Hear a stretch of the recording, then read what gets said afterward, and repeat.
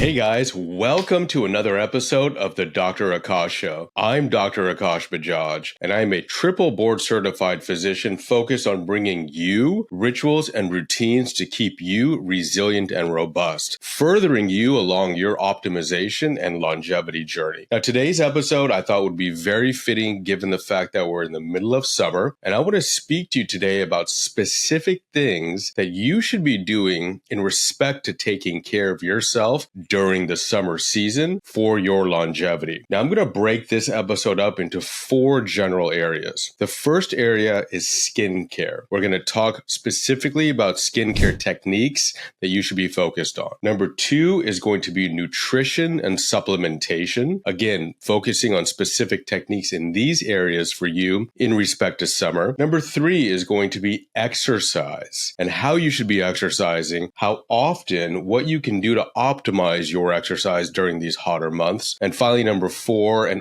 arguably most important, your mental health and mental well-being. Just because it's summer doesn't mean we get to take a back seat on your mental health and how incredibly important that is and how that ties into everything that we're going to discuss. But before we get into it, guys, if you haven't yet, please subscribe and please like this episode if you find any value whatsoever. And please share this episode. It's summer for all of us. So if you know friends or family members that can benefit from these tips and tricks, please go and send this episode to them and maybe you can help somebody out along the way as well. So please like, subscribe, and share. Now let's go ahead and get into it. Now, in respect to skincare, the first and probably most obvious thing that we should all be doing is sun protection. Right? Now, sun protection is vitally important. What you can do in respect to that is apply, obviously, sunscreen. But here are specifically things you need to keep in mind when applying sunscreen. Some of us put on a base coat of sunscreen and we forget about it and we're good to go for the next 4 to 6 hours, right? But the reality is sunscreen actually needs to be reapplied every 2 hours. Now, keep this in mind, not just for yourself, but if you're a parent like I am, vitally important for our children, right? Because our children are going to be the last ones to even think about this, and that responsibility falls on us as parents. So reapply sunscreen every 2 hours at a minimum and use something at SPF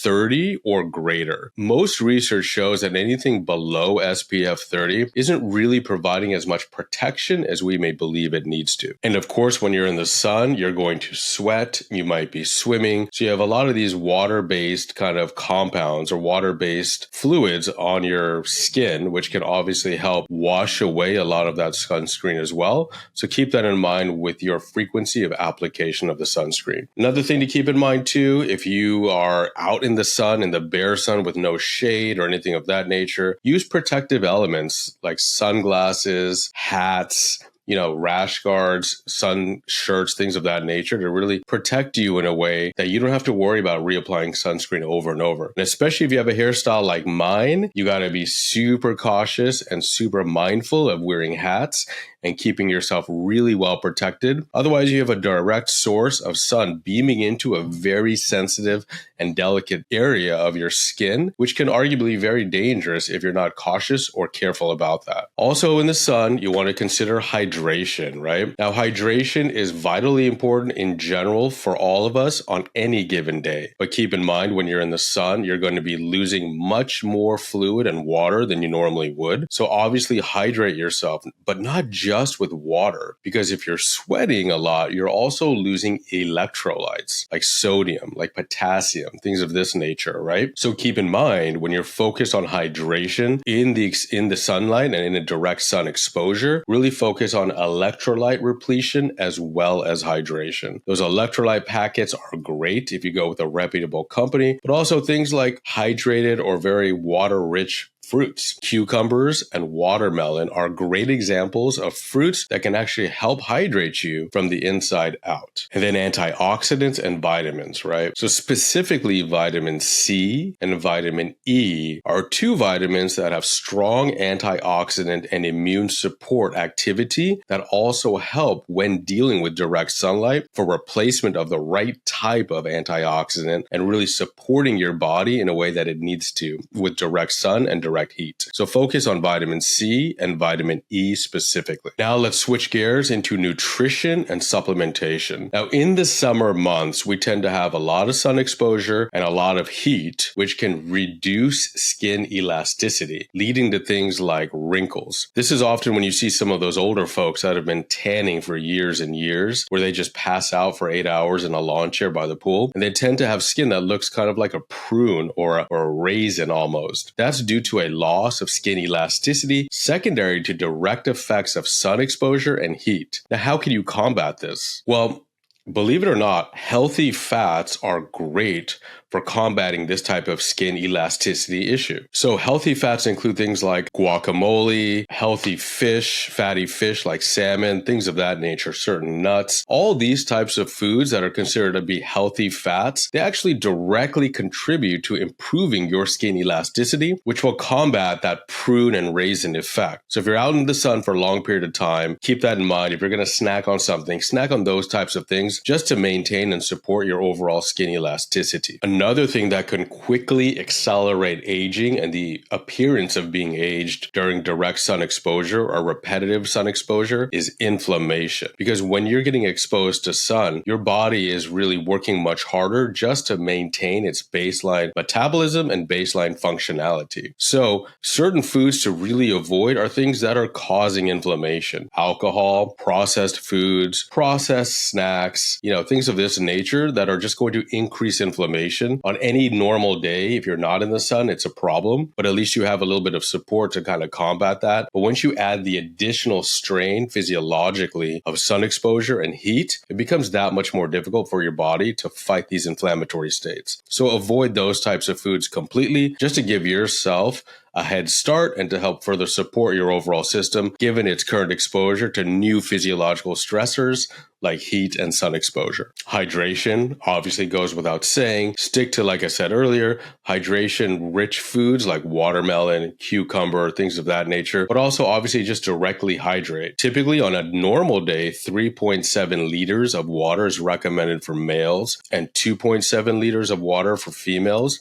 Now you throw sun exposure and heat into that where you're losing more water quickly, you need to even up that further. But like I said earlier, make sure you're adding and replenishing electrolytes. So find some sort of healthy electrolyte-based solution or electrolyte-based water that you can sip on during the day and maybe add an extra liter to that depending on how much sun exposure you're getting. Don't take it all in at one time because your body won't be able to really absorb all that, but kind of sip on that throughout the day. A little trick I use for this, I carry around like a gallon jug or a half-gallon jug. And I know my goal is to really sip on that during the course of the day until it's completely gone, for example. So think about something like that. So you don't have to constantly remember how much water you've drank, but you're almost measuring it automatically by your container that you're using to drink from. And then other supplements that are very supportive of skin elasticity and overall skin health. And overall health, things like omega-3 fatty acids, collagen, things of that nature that can overall support your skin elasticity and skin health. Now let's switch to exercise. Exercising during the summer. It's important, like always, to maintain a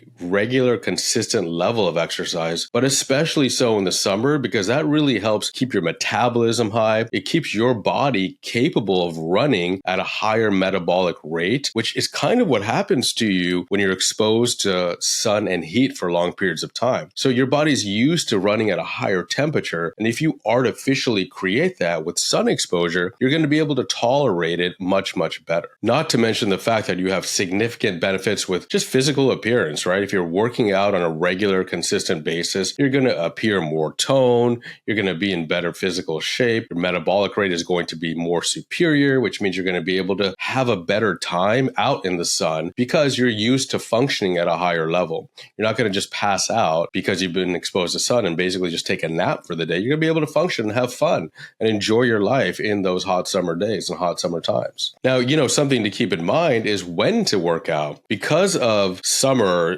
typically peaking in the afternoon, ideally you want to hit those workouts in the early morning or late evening to avoid peak sun exposure. Now, if you're going to work out during the middle of the day with peak sun exposure, you can do it, of course, but you're just adding a host of other potential challenges. Try to knock it out early before the sun gets really crazy, or maybe later in the day when the sun is starting to set. So you still maximize your benefit, but you're not adding additional physiological strain unnecessarily. And of course, listen, if you're working out on a regular, consistent basis, you're getting sun exposure, your body's functioning at a higher rate than it normally does, you're doing everything to support yourself. Arguably, the best thing you can do to support yourself outside of anything we've talked about so far is adequate sleep. If you're getting adequate sleep during this whole process, your body has time to really absorb all of the powerful stuff you're doing and giving to your body with sun exposure, like additional vitamin D, etc., and really optimize that and integrate that and incorporate that into you to help get you optimized. But you got to get adequate sleep on a regular day,